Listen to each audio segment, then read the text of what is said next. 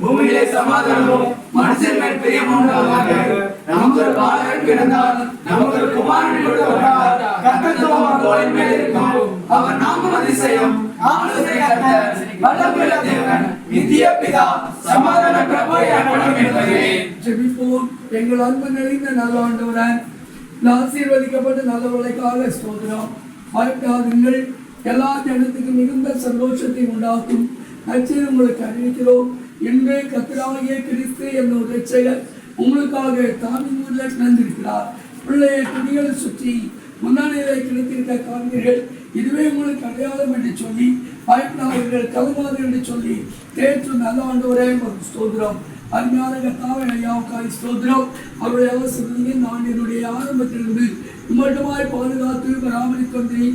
உமக்கு நாங்கள் ஸ்தோத்திரங்களை இருக்கிறோம்.